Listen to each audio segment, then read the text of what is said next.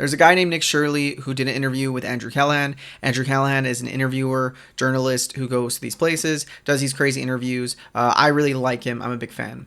Nick Shirley, on the other hand, is on the same level, going to places and basically being this like on the ground journalist, but he's more on the political spectrum opposite to me. So I already have this sort of like, I'm not really feeling what he's putting out there, but he has gotten a lot of anger because he's been posting stuff about these Somali daycares and saying that there's fraud being committed. Now, these fraud things that are going on, there's a lot to be talked about with that. Some of it is true. There have been investigations.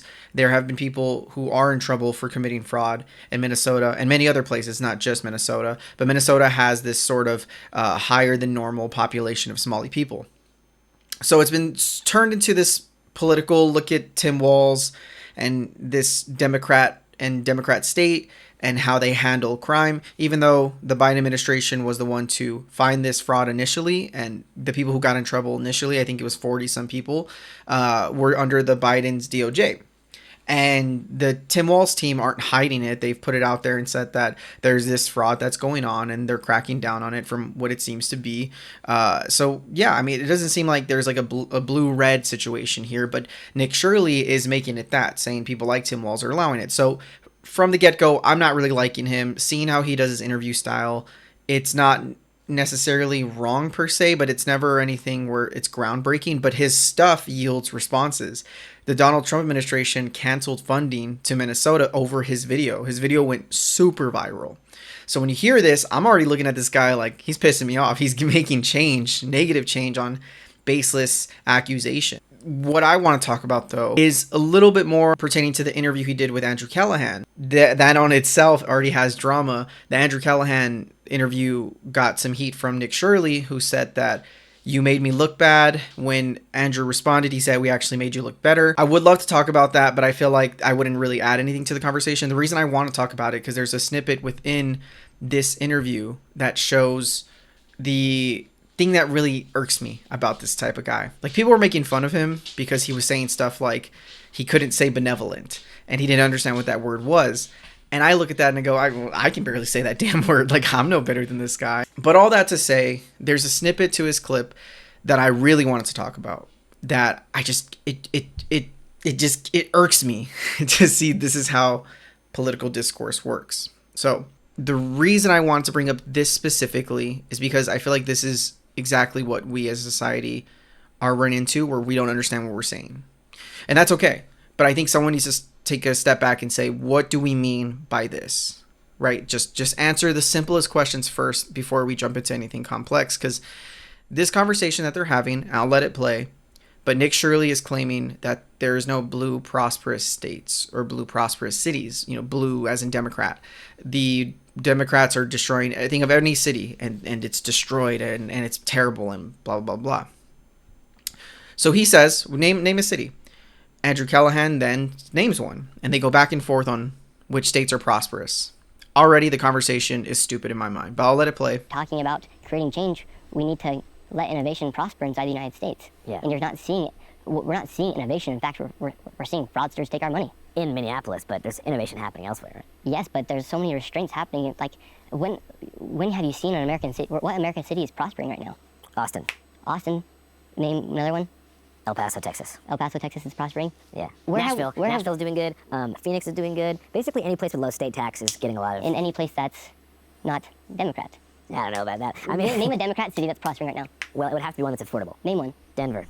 So they go back and forth. He doesn't like that answer. There's so much wrong with it. So for one of the sins, he asked him what's a blue city. I don't know what that fucking means. Like, a blue city, that's most cities. Most cities are blue. Most metropolitan areas are heavily blue. Not all. You have places like Phoenix or Dallas, but that's also such a dumb person's way of thinking of things. It's blue so bad. Like New York and LA, those are economic hubs that control the entire world. If New York falls, if LA falls, you might not like them, but they control the economy. The reason I even bring this up is because what are we talking about? What does prosperous even fucking mean? And to hear them say blue equals, well, it's blue, so this, like Austin is a clear-cut example of a city where it is blue. It has a lot of Democrat voters. They're good cities. Austin's a fantastic city. Austin is also, if by their metric, because they did say earlier in the interview, well, affordability. If that's what the metric we're using, great. Affordability, most cities are not. They're not affordable. LA and New York are not.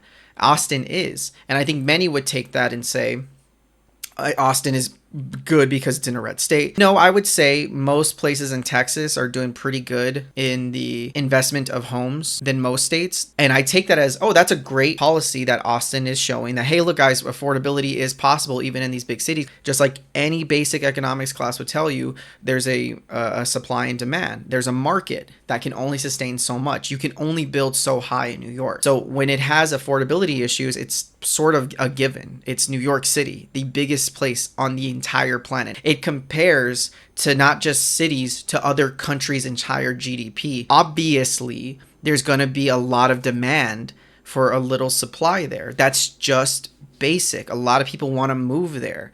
And so, can we make everything affordable? Probably not.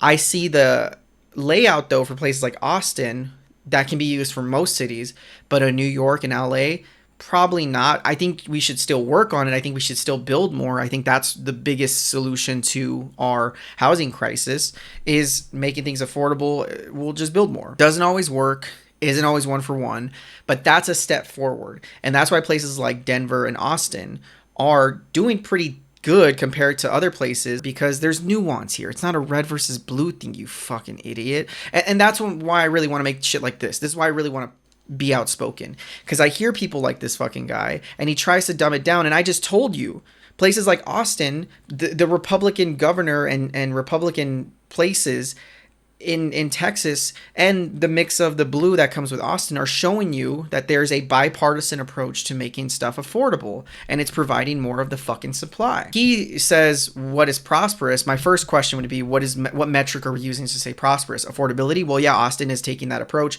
New York and LA are sort of this different, unique beast. But then you have places like Seattle, where Andrew is from, where he says that there's a rampant issue. He was priced out of paradise, and places like Hawaii. But you look at them, and I wouldn't just say case by case all the time, but this is a pretty good case by case type of situation where Hawaii only has so much to build off of. It's a beautiful place with high demand and such small land. Seattle, very similarly, can only go so far west. Government should at least step up its building. I think as a whole, the federal government should have stepped in and make some push, some change, some incentives to get people building more. But I think there should be some support from the federal government to incentivize some more building. Maybe deregulations of sorts, or fast tracking, affordable housing. Like I'm laying out a solution that we need to build more. We need to provide a more supply. How do we do that? We incentivize either by federal government grants. There's just things you can do that I'm trying to lay out to you and show you that it's not necessarily a red versus blue thing. We should look at his administration that he's currently supporting, because he's a big Trumper. He loves the Republican Party, and he's been supporting a lot of the conservative movements, and I don't see them pushing for building more. They might push for deregulation, but they're very much a libertarian approach to a lot of these, economic policies. And when I see people like Kamala, who were pushing for a incentive of building, or federal government, stepping in to throw money at these things, I see the Republicans' libertarian approach or hands-off approach, and I just don't see it. Like when I see someone complain about how we don't build here, and then I see the CHIPS Act, and then I see the Republicans' no plan, I feel like we're not being serious here. We're like, this guy, I would ask him, like, how should we, address like the infrastructure that we don't have here, that we are not building here? And he would say Trump good. He would say tariffs or something. And I feel like I can pull out CHIPS Act, an actual fucking policy that was actually fucking passed. And that's like, we're not having the same conversation here. He's talking about these ideals and things in the abstract, where I'm trying to get concrete, actual data and see how we proceed as a country. If it works, if it doesn't, then we figure it out. I just feel like you can't engage intellectually. You have to really walk it through and say, what do you mean by this? Address people like him at every angle, or you'll never get a true answer or an actual dialogue. And I don't think he gives a shit about an actual dialogue, because he tried to shut down this video because he's a bitch. But whatever. It is what it is. Thank you for letting me ramble. Love y'all. Peace.